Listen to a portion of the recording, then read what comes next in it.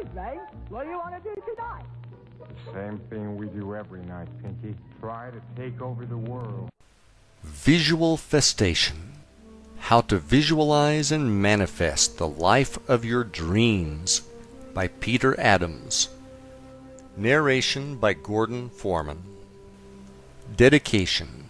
This book is dedicated to my loving wife, Robin, for whom I am truly blessed and grateful to be lucky enough to have in my life. Introduction. First off, I would like to say thank you for opening this book. I have read hundreds of great works from the ancient to the modern, and many are saying the same message, just in different ways. Everyone has their own style of expressing things, and I will be doing that in my own way through this book. What I have tried to accomplish in this book is to give you a simple overview of how I believe the universe works. From there, my goal is to help you define the life of your dreams.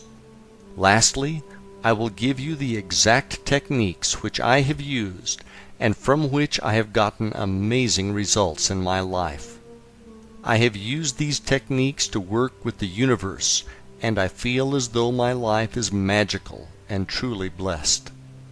Everyone is in a different spot in their lives, and if you are reading this book, my guess is that you are looking for some type of change with something in your life.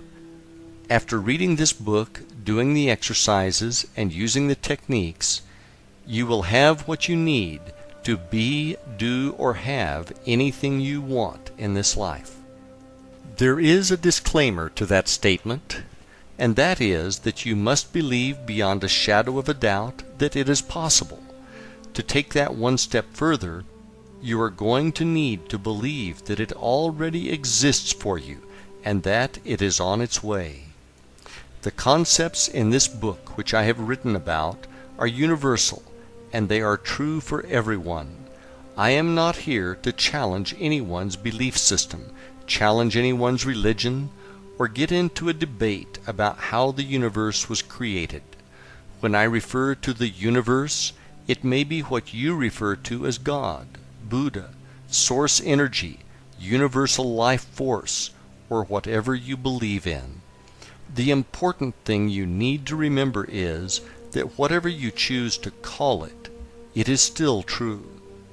If you are ready to start creating the life of your dreams, let us begin. Chapter 1. 12 Crazy Goals. Time for a change. I, like many others, got introduced to the self-help industry as a result of being unhappy with the circumstances that existed in my life. I had been downsized as a result of a corporate consolidation, and I was unable to find a replacement job which paid anything near what I was formerly earning. Suddenly, I clearly understood the meaning of a relatively new term known as underemployed. To make matters worse, I was working in a position that was not a spiritual match for my soul. My job duties as an analyst for a large for-profit hospital corporation included explaining why the hospital I oversaw had a good or bad month financially. What really bothered me was, if we had a good month, that meant it was a tragic month for the patients and their families. It really hit home one day when I ran into a neighbor of mine in the cafeteria who told me that his mother had been admitted and that she was not going to be coming home again. The following month we had a great month financially, and I had to explain in my report that it was because we had an outlier. An outlier, in hospital lingo, refers to a patient who has billed charges that exceed $250,000. Seeing my neighbor at the hospital and knowing that his mother's prolonged death was boosting our bottom line, I knew I had to get out of this business. When it was bad, it was good, was not the kind of business I wanted to be in. Being unhappy with my professional life and simultaneously having financial challenges as a result of being downsized, I knew that I needed a major change. I don't remember how many times I could not sleep at night, and I would turn on the television to see Anthony Robbins' infomercial for his personal power system. I felt like he was really talking to me when he asked, "Are you ready to change your life? What are you waiting for?" The only problem I had was that I didn't have enough money or room on my credit card to buy his system. Well, the universe was not going to let money get in the way of getting personal power.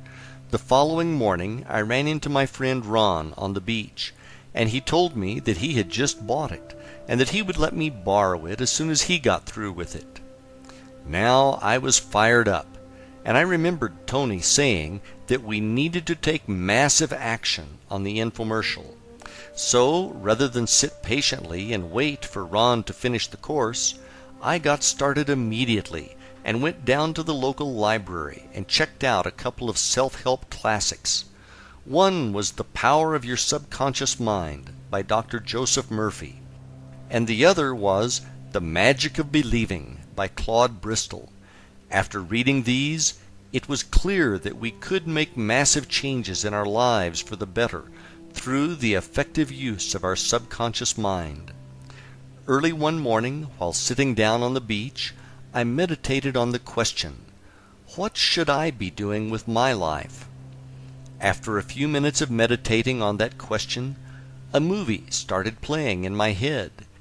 It was crystal clear, and it showed me being a real estate broker who was very active in charities, and there were pictures and thank you letters on the walls of my office.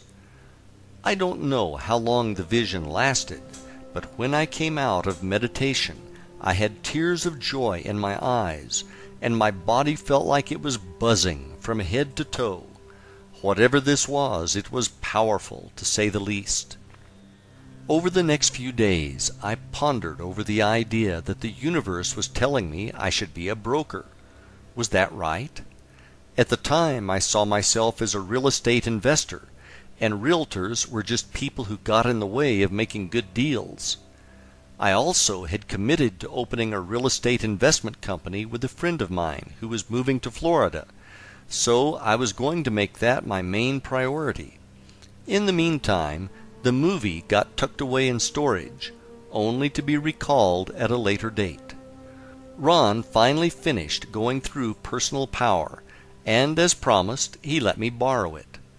I thought it was amazing, and I started incorporating a lot of what I heard on the audio CDs into my daily routine. One of the things I really liked was what Tony called an hour of power.